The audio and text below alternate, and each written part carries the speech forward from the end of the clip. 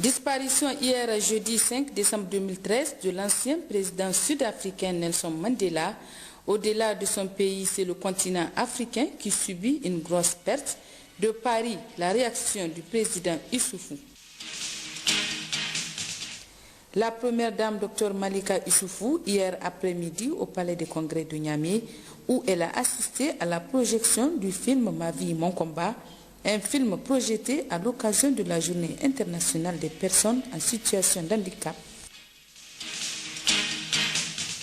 Conférence régionale sur la problématique de l'éducation en milieu nomade dans les États de la Seine-Sade. Après 4 jours de travaux, les participants ont adopté une déclaration dite de Niamey. Les précisions dans quelques instants. Bonsoir à tous et bienvenue dans cette édition. Tout d'abord, ce message du président de la République Issoufou Mahamadou à son homologue Jacob Zuma, président de l'Afrique du Sud. Message ainsi libellé, Monsieur le Président et chers frères, je viens d'apprendre avec une profonde tristesse la disparition le jeudi 5 décembre 2013 du président Nelson Mandela, ancien président de votre pays, Prix Nobel de la paix, symbole des valeurs d'humanisme, de tolérance et de partage. Au-delà de l'Afrique du Sud, c'est toute l'Afrique qui subit une grosse perte, celle d'une icône dont l'engagement politique, la clairvoyance politique, la grandeur d'âme et l'empathie resteront gravés à jamais dans les mémoires comme référence et source de fierté. La lutte anti-apartheid qu'il a menée a été décisive dans la formation d'une conscience africaine pour la libération politique de l'Afrique, de même qu'elle aura en même temps fait avancer la civilisation universelle vers les valeurs d'égalité et de progrès qui fondent le monde d'aujourd'hui. Le président Nelson Mandela aura été l'un des plus grands hommes politiques du XXe siècle. Je voudrais en cette douloureuse circonstance vous exprimer et à travers vous, au gouvernement ainsi qu'au peuple sud-africain si durement éploré, mes condoléances les plus attristées. Le Niger, qui s'associe au deuil du peuple sud-africain, a décidé de mettre en berne les drapeaux pour une période de 3 jours sur l'ensemble du territoire national. Signé Issoufou Mahamadou, président de la République du Niger. En rapport à la disparition de Nelson Mandela, nos envoyés spéciaux Moussa Yahya et Yahya Rabo ont recueilli la réaction du président de la République, chef de l'État Issoufou Mahamadou, depuis Paris en France, où il prend part au sommet de l'Élysée, suivant le président Issoufou. Je voudrais dire combien je suis triste de la disparition du président Mandela. L'Afrique vient de perdre un grand homme. L'Afrique vient de perdre un géant. Que dit, ce n'est pas l'Afrique seulement qui a enregistré une perte immense, c'est le monde entier. Parce qu'il me semble que le président Mandela peut être considéré comme étant le plus grand homme politique du XXe siècle. On s'en souvient, il a été embastillé pendant 27 ans. Il s'est battu pour la restauration de la dignité humaine en Afrique du Sud. Il a été persécuté pendant des années. Libéré, il a pardonné. Il a pardonné et s'est attelé à réconcilier deux camps a priori antagoniques, difficiles à concilier, et il y est arrivé. Il a réconcilié cette nation arc-en-ciel que constitue l'Afrique du Sud. Le président Mandela est un exemple qui doit nous inspirer tous. L'ancien président sud-africain Nelson Mandela, appelé également Madiba, n'est donc plus. Sa mort à l'âge de 95 ans a été annoncée hier par le président sud-africain Jacob Zuma. Le monde entier pleure la disparition d'un homme qui a mené toute sa vie entre le combat pour la liberté, l'égalité, la justice et la gestion du pouvoir. Son portrait dans ce journal avec Abari Amiti. C'est ce jeudi à 22h heure locale que le président sud-africain Jacob Zuma a annoncé la mort de Nelson Rolihlahla Mandela, l'homme d'État de ce pays. Nelson Mandela, président de l'Afrique du Sud de 1994 à 1999, est décédé à l'âge de 95 ans ce 5 décembre 2013 à Johannesburg. Madiba est né le 18 juillet 1918 à Vezo, au Cap Oriental, d'une famille royale de l'ethnie Xhosa.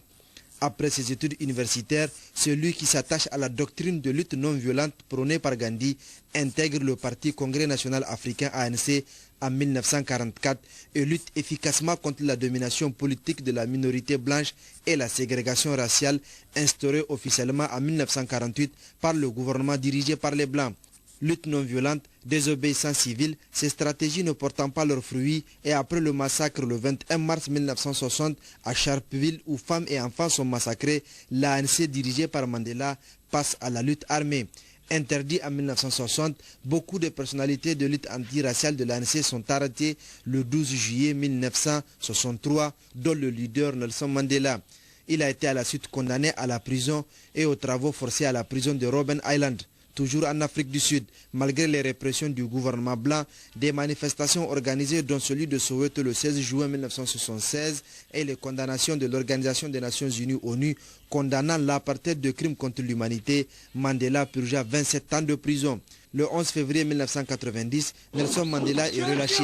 Il prône à la surprise générale tout en soutenant la réconciliation et la négociation avec le gouvernement du président Frédéric de Klerk dans un premier temps et en tant que président de la nation Arc-en-Ciel.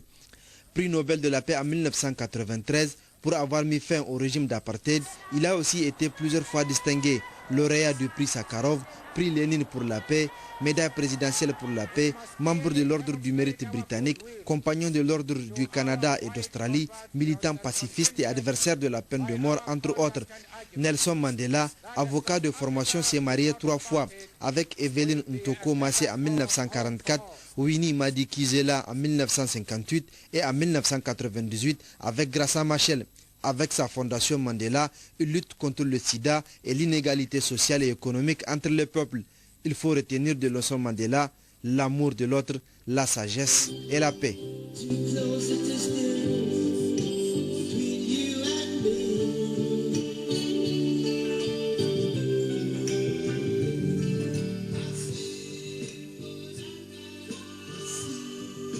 Que son âme repose en paix. Après l'annonce du décès du président Nelson Mandela, chantre de la lutte anti-apartheid, le gouvernement du Niger réagit à travers son porte-parole, le ministre de la Justice, garde des Sceaux.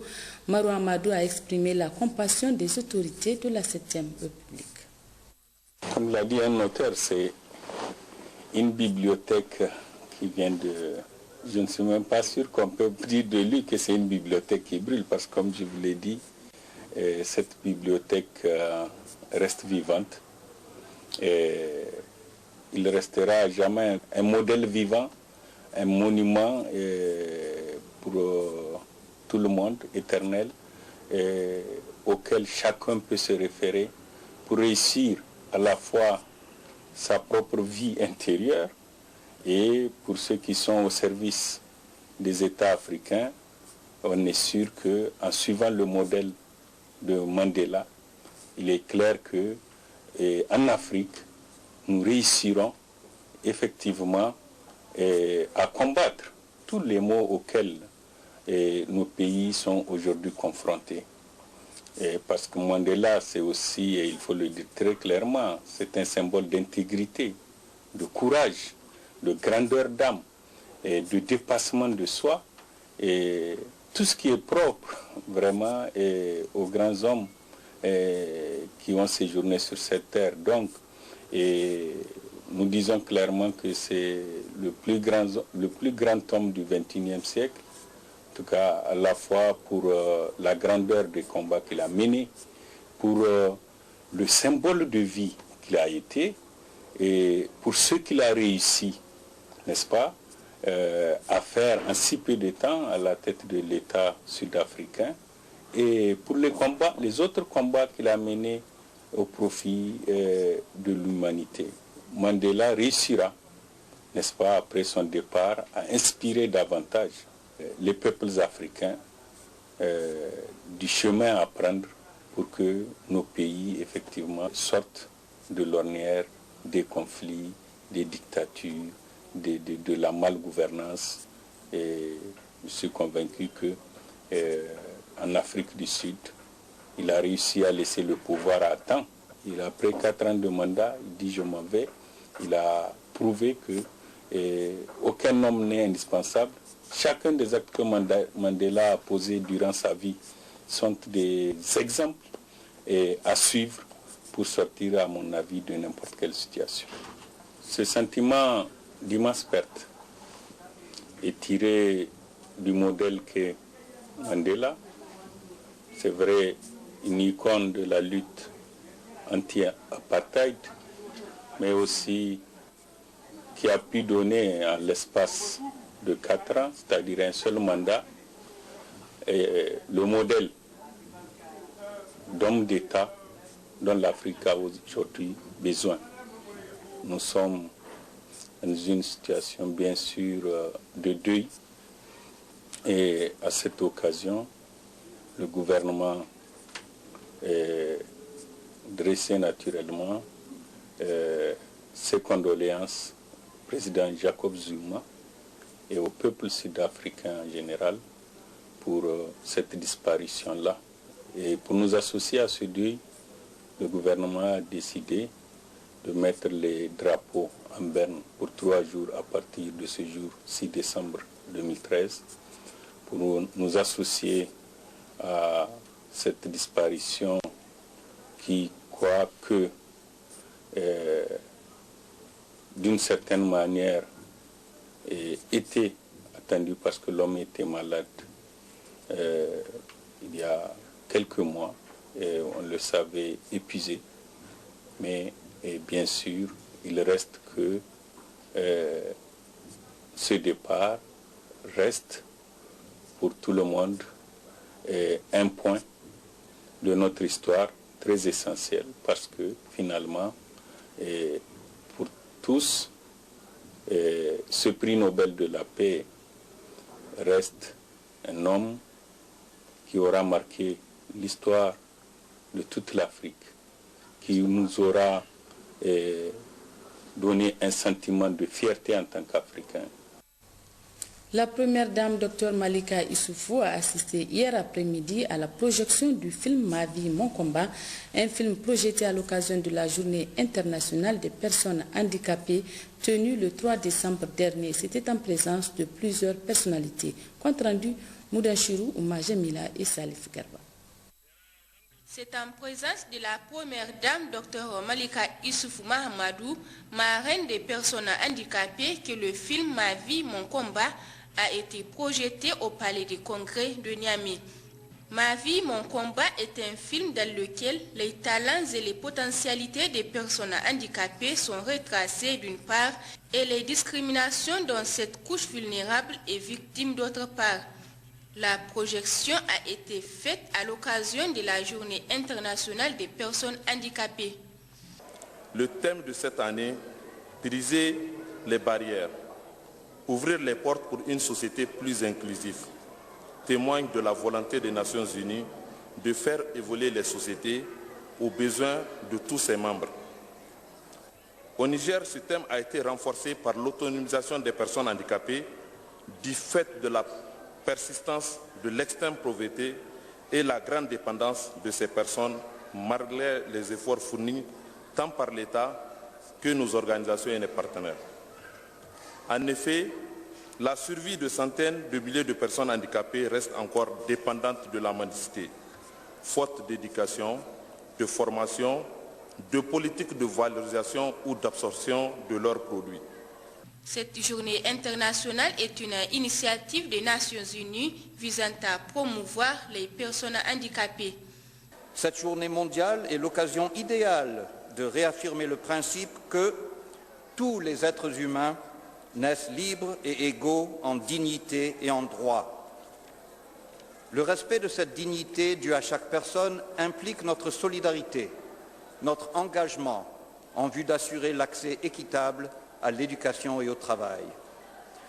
Le film documentaire Ma vie, mon combat de Moussa Djingare, que l'ambassade des États-Unis d'Amérique a eu le plaisir de financer, nous invite à modifier le regard que nous portons sur les personnes handicapées. Ce sont nos frères et nos sœurs. Nous avons tous intérêt à faire en sorte qu'ils puissent s'épanouir pleinement. À l'occasion de cette projection, la Fédération des personnes handicapées a salué la première dame, Dr Malika Issoufou Mahamadou, pour les efforts qu'elles ne cessent de consentir à leur endroit. Efforts qui constituent pour eux une source d'énergie et de réconfort selon la fédération. Enfin, des copies du film Ma vie, mon destin ont été distribuées aux autorités en vue de les amener à plus de plaidoyer au profit des personnes handicapées. Les représentants des États membres de l'espace de la zone sahélo-saharienne réunis à Niamey dans le cadre de la conférence régionale sur la problématique de l'éducation en milieu nomade dans les États de la CENSAD ont, à l'issue des travaux, adopté une déclaration dite de Niamey, suivant la teneur de cette déclaration lue par la ministre de l'Éducation nationale du Mali. Considérant que les États membres de la CENSAD sont confrontés à une problématique spécifique de développement largement influencée par les conditions délétères de sécurité qui y prévalent, considérant que la volonté politique des hautes autorités de cette communauté d'apporter des solutions idoines à la problématique de l'éducation et au développement durable par l'éradication de l'insécurité dans l'espace sahélo-saharien, considérant le pastoralisme et la pratique de la pêche, mode de vie des populations nomades,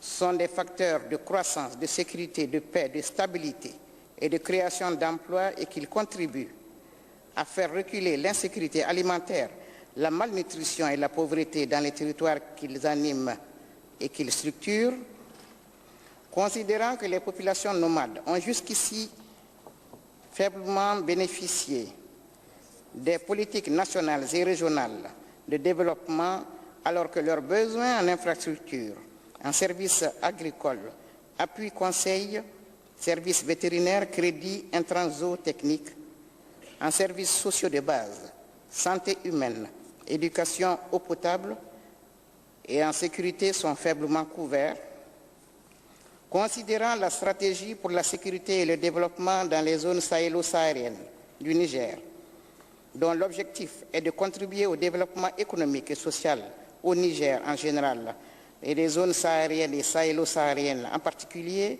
en créant les conditions durables de paix, de sécurité et de développement, considérant que l'éducation est un droit fondamental consacré par la Déclaration universelle des droits de l'homme de 1948, lançons un appel pour un engagement ambitieux en faveur de l'éducation en milieu nomade aux États de la CENSAD pour développer des programmes éducatifs nationaux en faveur des populations nomades, incluant des réformes, des investissements stratégiques et des actions visant au renforcement des capacités de leurs institutions et acteurs.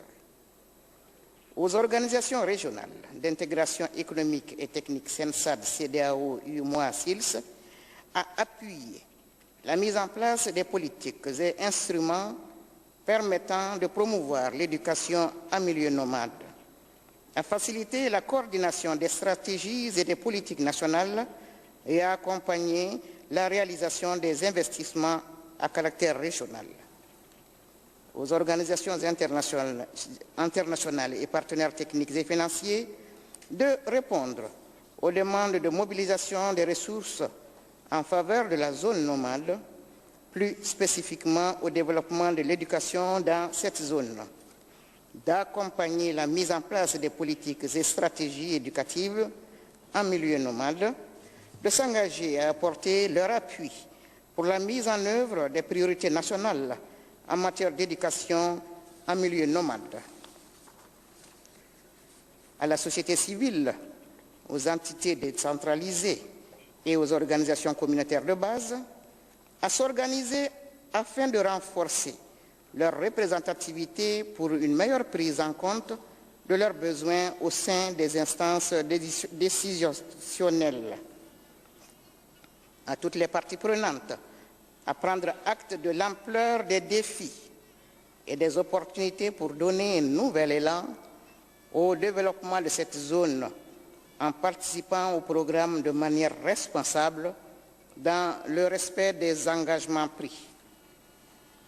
D'une manière générale, nous nous engageons ensemble à progresser vers un cadre d'action programmatique à moyen terme, englobant des appuis institutionnels, des réformes éducatives et des investissements pilotés par l'ADA sous le leadership politique de l'UNESCO, de la SENSAD, de l'OIF, de l'UEMOA, de la CONFEMEN. Valoriser les cadres de concertation existants et constituer une plateforme multi-acteurs permettant d'agir durablement pour l'éducation en milieu nomade. La ministre de l'Enseignement primaire a présidé hier après-midi au Palais des Congrès de Niamey les travaux de la conférence régionale sur la problématique dans les États de la SENSAD. Madame Ali Mariam El Hadj Ibrahim a, au nom des plus hautes autorités du Niger, salué l'ensemble des partenaires qui, après 4 jours d'échange de points de vue, ont adopté une déclaration dite de Niamey d'une part et engagement des partenaires et les autres conclusions de la dite rencontre d'autre part. Compte rendu, Lamine Karima Djougou et à côté de Ouadlassa. Après l'adoption de la déclaration dite de Niamey par les représentants des États membres de l'espace pays de la zone sahélo-saharienne, réunis à Niamey dans l'objectif de définir des politiques et stratégies pertinentes pour assurer une éducation de base formelle et non formelle de qualité à l'ensemble des populations de la dite zone, les partenaires techniques et financiers du secteur de l'éducation au Niger ont saisi cette occasion dans cet élan de recherche et de mise en œuvre de politiques et stratégies éducatives qui prennent en compte les réalités et besoins des communautés. L'éducation est un droit pour tous les enfants, filles et garçons, quels que soient les degrés de mobilité des familles. Les dispositifs scolaires actuels sont plutôt articulés sur un mode sédentaire et la nécessité s'impose de mettre au point un système scolaire adapté aux différents types de mobilité pastorale. La disponibilité des infrastructures et l'extension de l'accès sont certes importantes. Il n'en reste pas moins que la qualité constitue un élément fondamental dans ce contexte. Celle-ci inclut la mise à disposition d'enseignants qualifiés, la prise en compte des langues nationales dans l'initiation aux premiers apprentissages et les recours aux technologies de l'information et de la communication dans les dispositifs de formation. Au nom des plus hautes autorités du Niger, la ministre de l'Enseignement primaire, de l'alphabétisation, de la promotion des langues nationales, de l'éducation civique, Ali Mariama El Hadj Ibrahim, a tenu à exprimer sa gratitude aux ministres et chefs de délégation, aux experts ainsi qu'à l'ensemble des participants à cette rencontre pour leur participation et leur contribution à une cause noble. À la lumière des résultats auxquels vous êtes parvenus, je peux vous affirmer sans risque de me tromper que les objectifs assignés à cette conférence ont été pleinement atteints à la satisfaction de tous. Le directeur résident de l'AFD, au nom des partenaires techniques et financiers du secteur de l'éducation, et le secrétaire général de la SENSAD n'avaient pas manqué de mettre l'accent sur l'importance de cette rencontre, objectif étant la conjugaison des efforts tant dans la réflexion que dans l'action. Votre engagement commun à soutenir les États de la SENSAD en général dans cette dynamique en est un témoignage éloquent. En effet, ma conviction est que nous avons été parfaitement compris quant à la forte volonté qui nous anime et la détermination avec laquelle nos gouvernements s'engagent à apporter des changements qualitatifs à ces politiques et ces stratégies de développement afin d'inscrire nos pays dans la trajectoire du progrès et de la réalisation des objectifs du millénaire pour le développement. Enfin, Mme Ali Mariam El Hadj Ibrahim a invité les uns et les autres à réserver une place de choix à cette feuille de route issue de la rencontre de Niamey afin d'assurer une éducation équitable et de qualité à tous les enfants de l'espace sahélo-sahérien. La ministre de l'Enseignement primaire a procédé ce matin en sa qualité de présidente du conseil de la Fondation 40 ans, la 8e session du conseil de cette fondation au Palais des Congrès. Au cours de la cérémonie, Mme Ali Mariama a souligné les efforts menés par l'administration générale de 40 ans avant de saluer la présence des ministres de l'Éducation et de l'Alphabétisation de la Guinée, du Mali et des représentants des ministres ivoiriens. Compte rendu, Lamine Karima Djougou et Haman Seyne. Après les travaux des experts, les 4 et 5 décembre 2013, les membres du conseil de la Fondation 40 ans se sont réunis ce matin pour statuer sur les rapports de la gestion 2013 de l'administration générale et adopter le programme de travail et le budget de l'examen 2014 ainsi que le renouvellement de l'équipe de l'administration générale. À l'ouverture de la session, la présidente du Conseil, Mme Ali Marème Al Ibrahim, a, au nom du gouvernement, souhaité la bienvenue avant de se réjouir de l'adhésion de la République de Guinée à cette organisation qui vise à promouvoir non seulement l'éducation non formelle de qualité, mais aussi une intégration à la base. Chers frères et sœurs, comme le veut l'hospitalité nigérienne, je vous dis que vous êtes venus chez vous. Je voudrais saluer la présence parmi nous de son Excellence Al-Haj Bamba Kamara, ministre de l'alphabétisation, de la promotion des langues nationales de la République de Guinée, et me féliciter de la décision prise par le Conseil de fondation le 30 avril 2013 portant admission de la Guinée comme 6e membre de la Fondation 40 ans. Monsieur le ministre, merci pour votre engagement, pour davantage de synergie entre nos pays et pour une offre d'alphabétisation et d'éducation non formelle de qualité. Je voudrais, avant de terminer, saluer les efforts et l'investissement physique et intellectuel dont a fait montre l'administrateur général de la Fondation, Dr Lawali Malam Moussa, et son équipe pour obtenir l'admission de la Côte d'Ivoire en 2012 et de la Guinée en début de cette année, réalisant ainsi un projet poursuivi par notre organisation depuis ses premiers pas. Par ailleurs, cette équipe a entre autres finalisé le référentiel de formation, d'évaluation et de certification en alphabétisation et éducation non formelle, assaini la situation financière de la Fondation, révisé le manuel de procédure et élaboré 8 avant-projets en vue de doter notre organisation d'un financement pérenne de ses activités d'appui aux politiques d'éducation non formelle. Lancée en 2006 à Dakar, la Fondation 40 ans a pour mission d'assister les pays membres dans la conception, l'élaboration et la mise en œuvre des politiques d'alphabétisation et de l'éducation non formelle. La Fondation regroupe aujourd'hui 6 pays, à savoir le Mali, le Burkina Faso, le Sénégal, la Côte d'Ivoire, la Guinée-Conakry et le Niger. Suite de cette édition, le ministre délégué à la décentralisation, aux affaires religieuses et coutumières, Mahamadou Sanoussi, a effectué une visite au niveau des services relevant de son département ministériel. Objectif, constater les conditions de vie des agents et recueillir leurs doléances. Les détails avec Asma Tidjani et Laoul Sini. Le ministre Mohamed Sanoussi El Haj Samro a commencé par le gouvernorat de Tawa et c'est le secrétaire général de la région Yahya Tankari qui a, au nom du gouverneur empêché, fait visiter au ministre et sa délégation les locaux. De la salle de réunion au bureau du gouverneur en passant par le secrétariat, le magasin, la délégation a visité de fond en comble ces locaux. Et à tous les niveaux, le secrétaire général Yahya Tankari a fourni au ministre toutes les informations et explications nécessaires. La délégation s'est ensuite transportée à la préfecture de Tawa, une préfecture qui regroupe en son sein la direction départementale de l'hydraulique et celle de la promotion de la femme et de la protection de l'enfant. Là, le préfet Attaher Laouli Danko a relevé quelques problèmes relatifs à l'exiguïté des locaux et à la vétusté de certains matériels. Cap à présent sur le conseil régional où le deuxième vice-président de cette institution, Abdelkadri Attawel, a fait découvrir davantage au ministre ce conseil et la mission qui lui est dévolue. Ils se sont ensuite rendus sur le site où le nouveau siège du conseil régional sera construit avec bien entendu l'appui financier de la coopération technique allemande GIZ, un financement que le conseil attend incessamment pour commencer les travaux.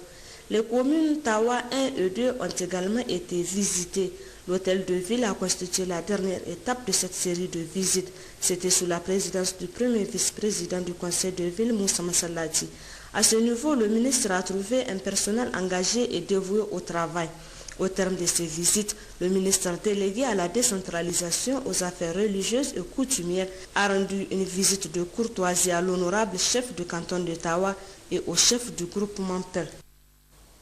Le Haut Commissariat à la modernisation de l'État, à travers son projet Modernisation de l'État et décentralisation au Niger, a tenu sa 3e session ordinaire le mercredi 4 décembre 2013 à Niamey.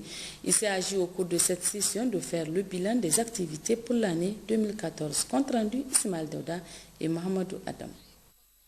Améliorer l'efficacité des institutions publiques et administratives au niveau local, leur légitimité et leur capacité à délivrer des services de qualité aux citoyens et favoriser un environnement sécuritaire plus favorable, telles sont entre autres les missions du Haut Commissariat à la modernisation de l'État. Pour atteindre ces objectifs, un comité de pilotage du projet modernisation de l'État et décentralisation MEDEN a été mis en place et est à pied d'œuvre pour accomplir la mission qui lui est assignée.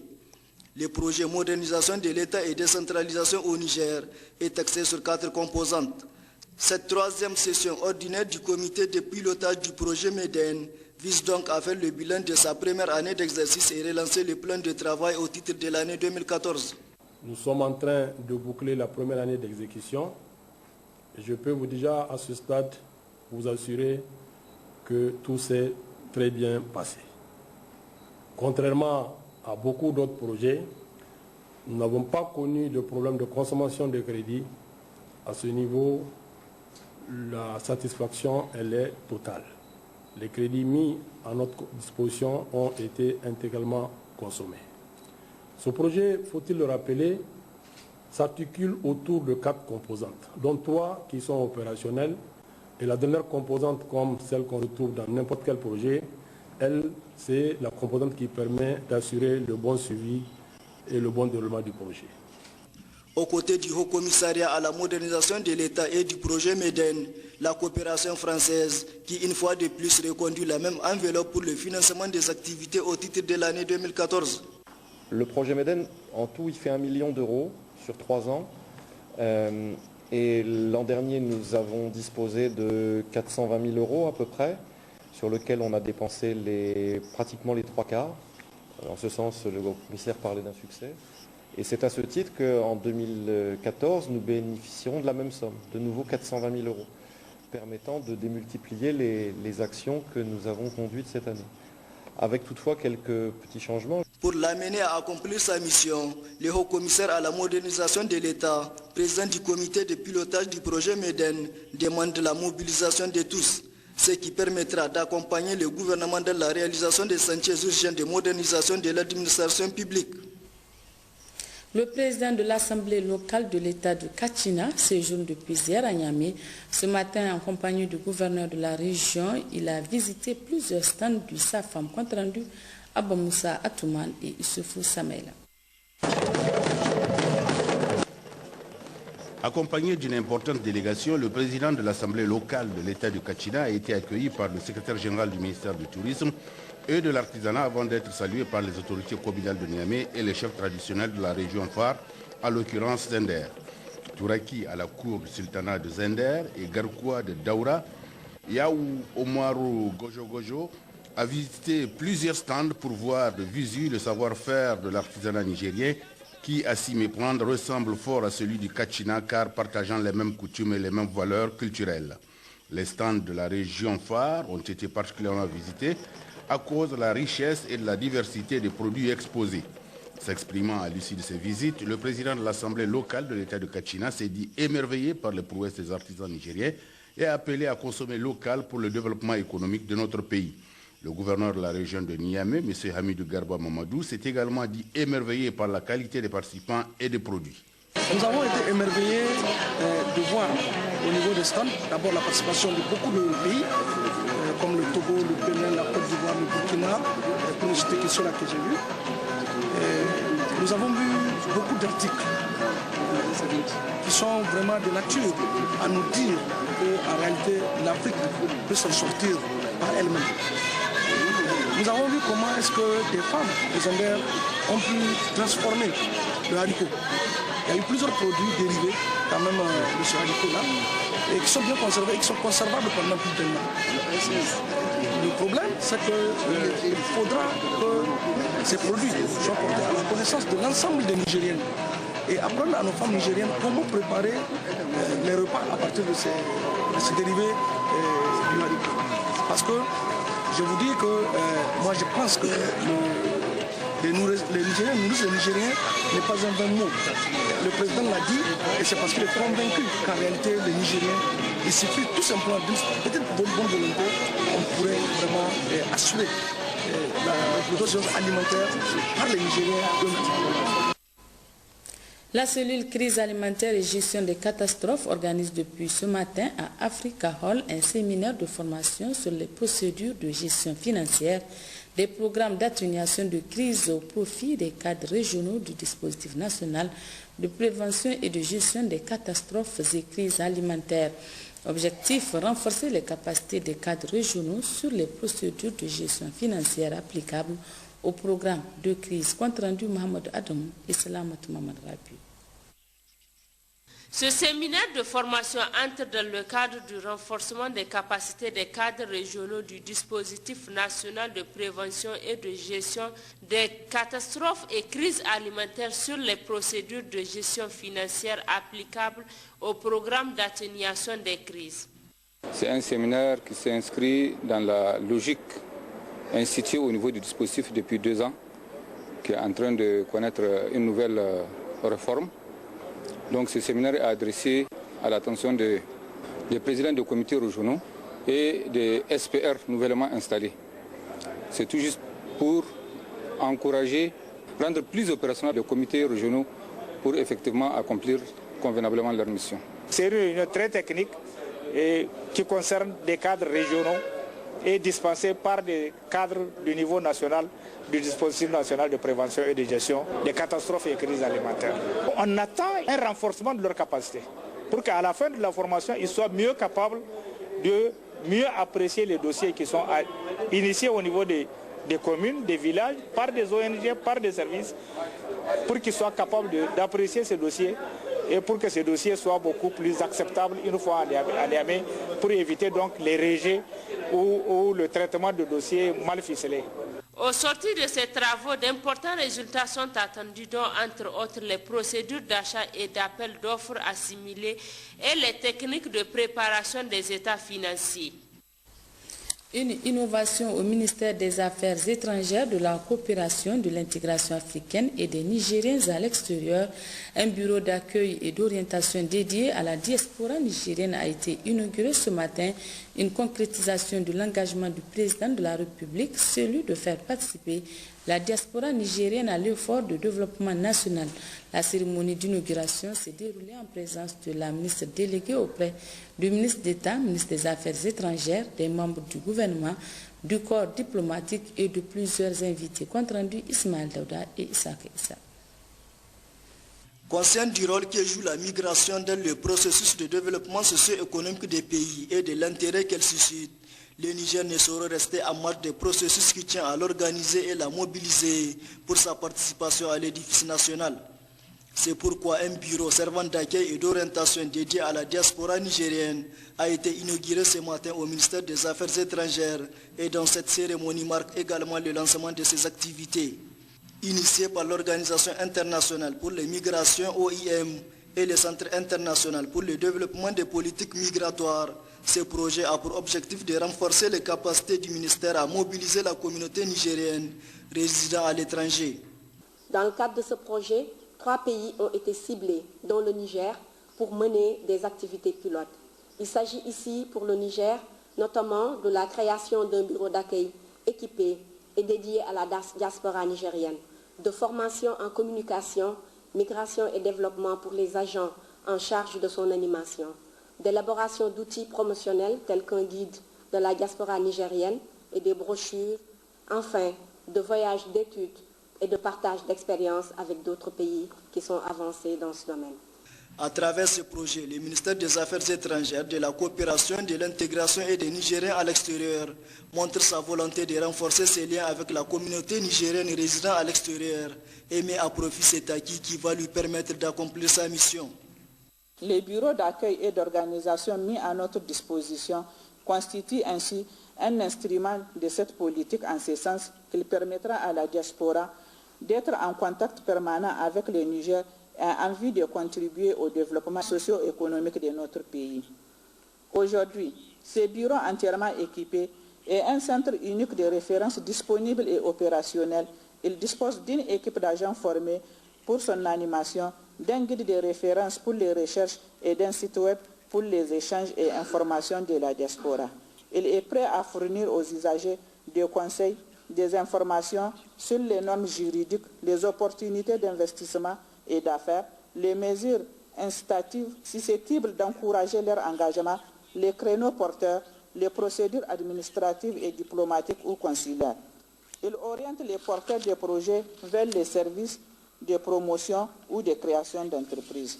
La diaspora ne doit pas donc hésiter à se rendre dans ces bureaux de référence mis à sa disposition pour son information et son orientation vers les diverses opportunités d'investissement.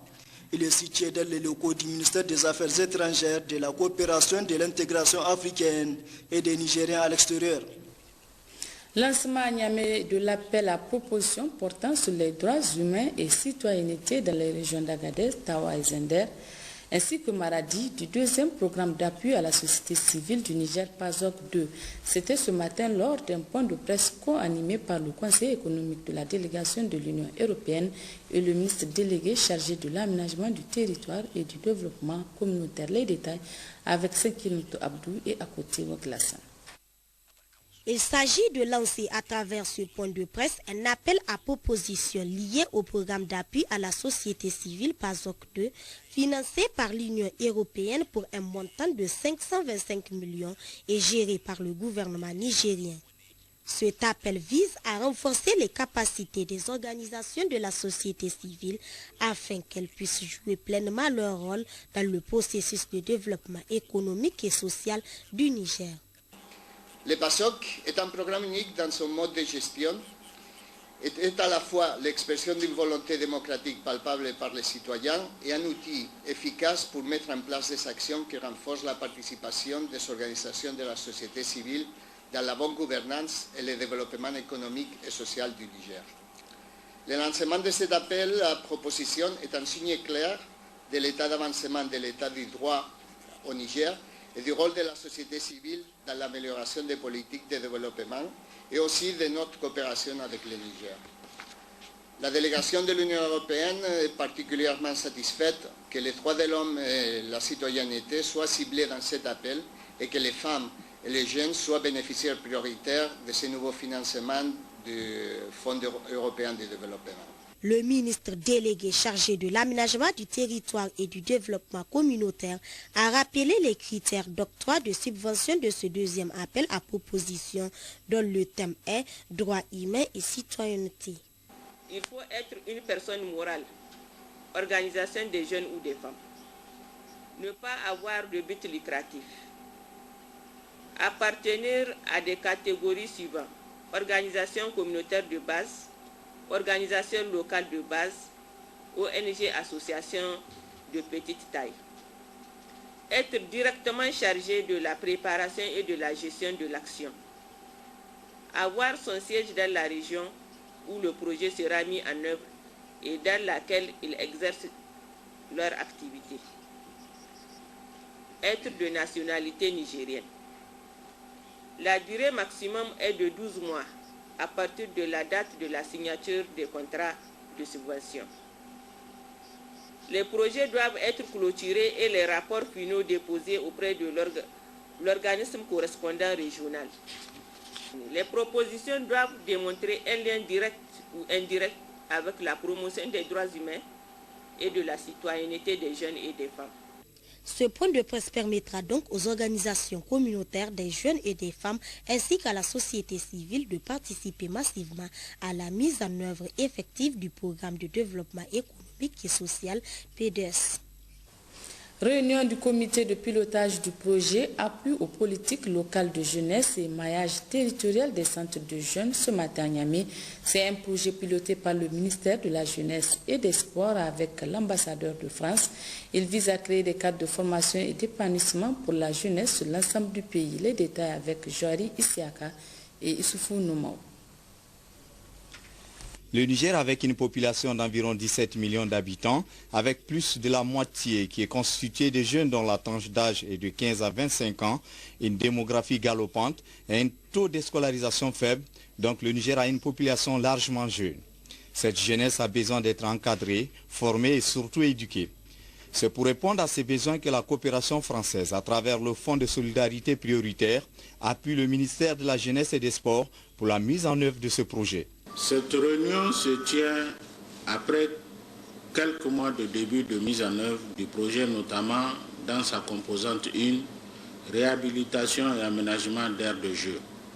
Activités pendant lesquelles un ensemble de 11 centres de jeunes sont en cours de réhabilitation, dont 4 centres de jeunes à Niamey et 7 autres à l'intérieur en raison d'un centre par région en ce qui concerne le programme 2013. Pour l'année 2014 déjà, il est prévu à travers un appel à projet à l'intention des communes, une offre de réhabilitation de 18 centres comme prévu dans les clauses du projet et se fixe pour objectif la réhabilitation de 54 centres pour les 3 années.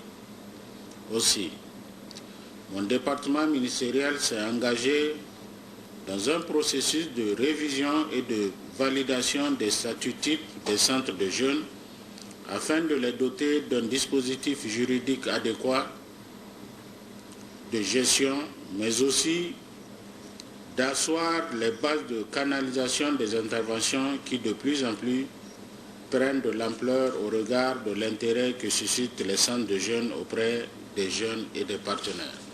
Cette réunion fut le cadre pour le comité de pilotage de présenter le bilan d'exécution du projet et aussi des perspectives pour l'avenir. Alors le niveau de satisfaction pour l'instant, il est en cours. C'est satisfaisant parce que le projet a commencé, comme je vous l'ai dit, depuis septembre, de manière satisfaisante. Nous avons sur les 11 centres, 3 qui sont actuellement terminés et qui seront, les centres restants vont être terminés d'ici la fin de l'année, c'est-à-dire d'ici fin décembre. Ensuite, on va procéder à la dotation en équipement informatique et pédagogique. Donc pour l'instant, tout avance très bien. Nous avons une forte implication évidemment des agents du ministère, de la coopération française qui est partenaire du projet, mais également, et c'est essentiel, des élus locaux, à la fois sur la communauté urbaine de Niamey pour la capitale, mais au sein de toutes les communes qui sont effectivement présentes en province. Cette rencontre a vu la participation des partenaires techniques, des cadres du ministère de la Jeunesse et des Sports et des ministères concernés par la problématique de la jeunesse. Maradi, ouverture ce jeudi à Agué d'un atelier de capitalisation des activités du projet Initiative Engagement des Hommes, un projet mis en œuvre par l'ONG AFOA sur financement de CARE Norvège qui travaille pour l'amélioration du quotidien des femmes rurales à Agué. Compte rendu, Sanoussi Garba et Moussa Jariri. Pendant 48 heures de travaux, les participants, membres des structures communautaires, que sont les plateformes et les groupes de changement de comportement, tenteront de capitaliser les activités de l'initiative Engagement des Hommes. Le projet Initiative Engagement des Hommes, faut-il le souligner, consiste à rendre autonomes les femmes à travers la mobilisation d'une masse critique d'hommes engagés autour des questions de la santé de la reproduction et droits associés, des violences basées sur le genre et la santé sexuelle et reproductive des adolescents et des jeunes.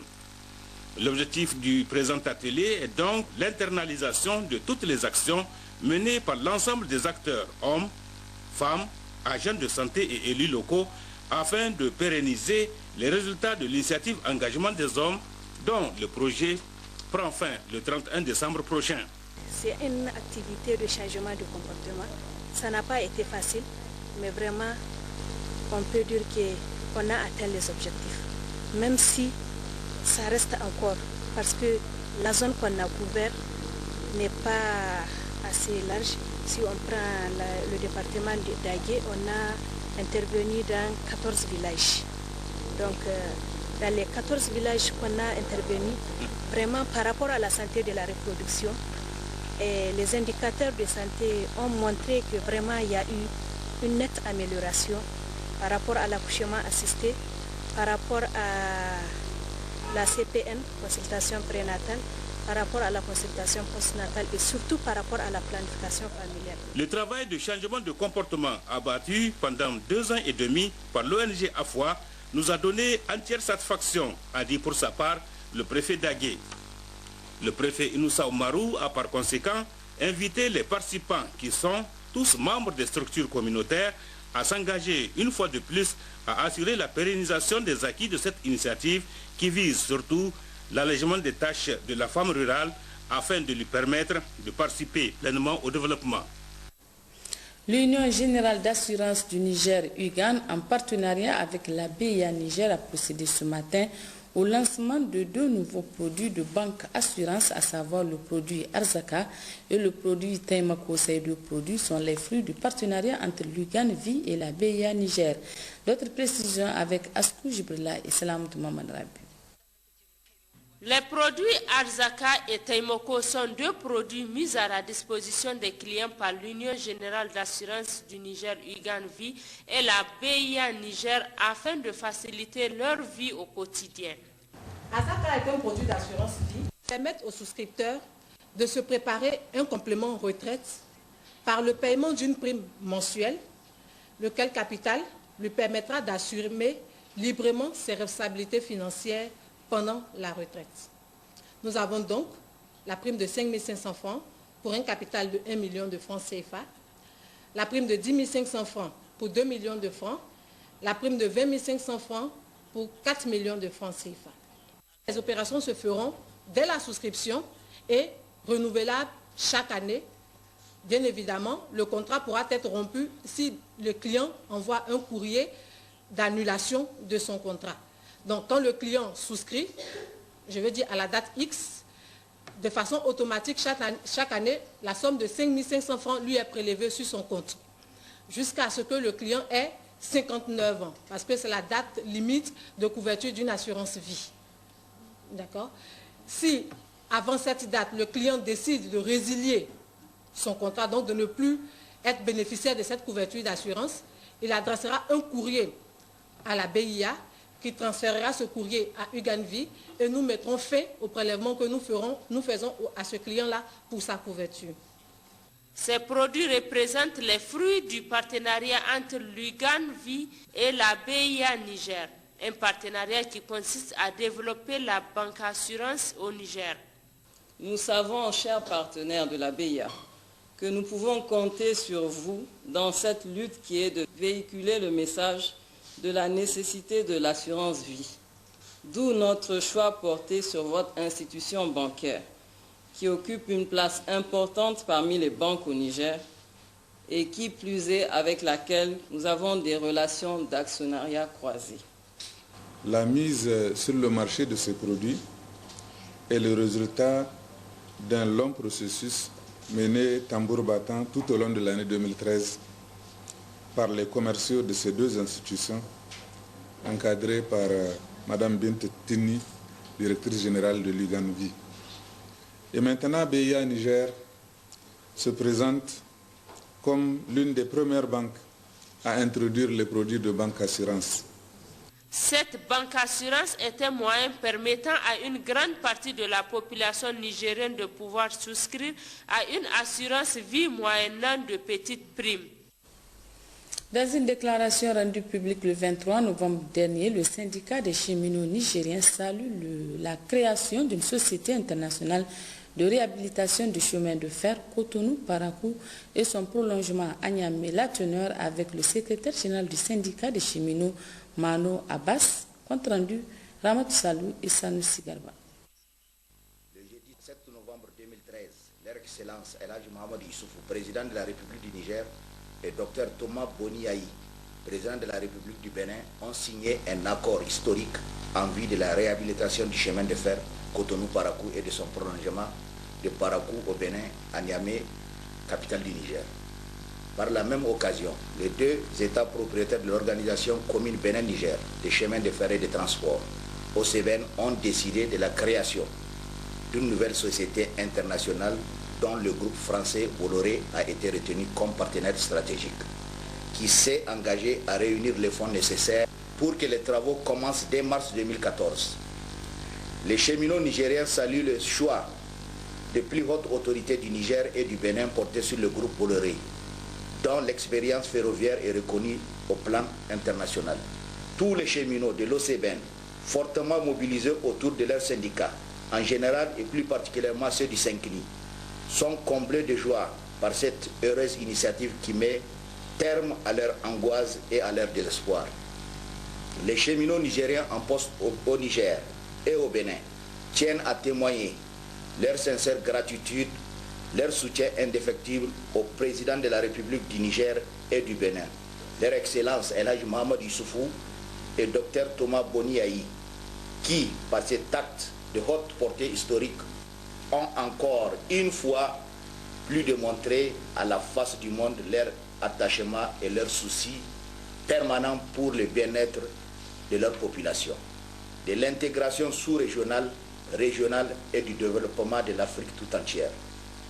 Par ailleurs, les syndicats de cheminots nigériens exhortent les deux chefs de l'État du Bénin et du Niger de bien vouloir assoupir les souffrances des cheminots par un appui financier afin de résorber les 17 mois d'arriérés de salaire. Que Dieu, le Tout-Puissant, bénisse cette œuvre. Vive l'intégration sous-régionale et régionale, vive le chemin de fer, vive la boucle ferroviaire, vive les cheminots, vive le Saint-Denis. Voilà, point final de cette édition. Merci de l'avoir suivi. Surtout, restez sur Télésal. Au revoir.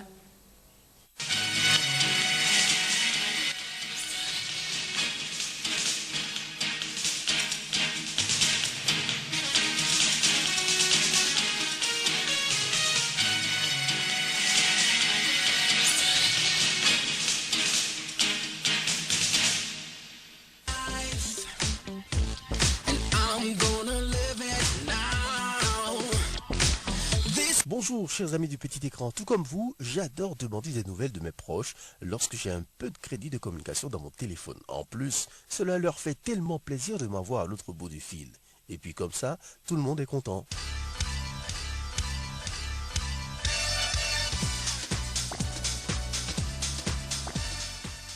Mais il y a un mais. Du moins, il y avait un mais. Les unités, ce n'est pas éternel. Et il arrive qu'on en vienne à en manquer juste au moment où l'on souhaite en avoir pour un but bien précis. Cela fera désormais partie de votre passé. Un nouveau forfait a vu le jour chez RTL.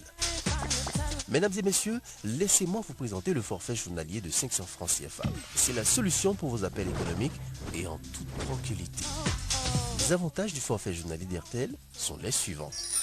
15 minutes de communication RTL vers RTL, 15 SMS RTL vers RTL pour envoyer des messages à Google et 15 mégabits de connexion Internet pour vous permettre de surfer à tout moment. La cerise sur le gâteau, tous ces avantages sont utilisables le même jour jusqu'à minuit avec la possibilité de souscrire plusieurs fois dans la même journée. Oui, souscrire parce que pour bénéficier des avantages du nouveau forfait journalier, il faut d'abord et avant tout vous enregistrer et activer votre forfait en composant étoile 638 dièse ou en appelant le MAMO au 141. Coût de l'inscription 500 francs CFA. Maintenant, communiquez à tout moment. À bientôt.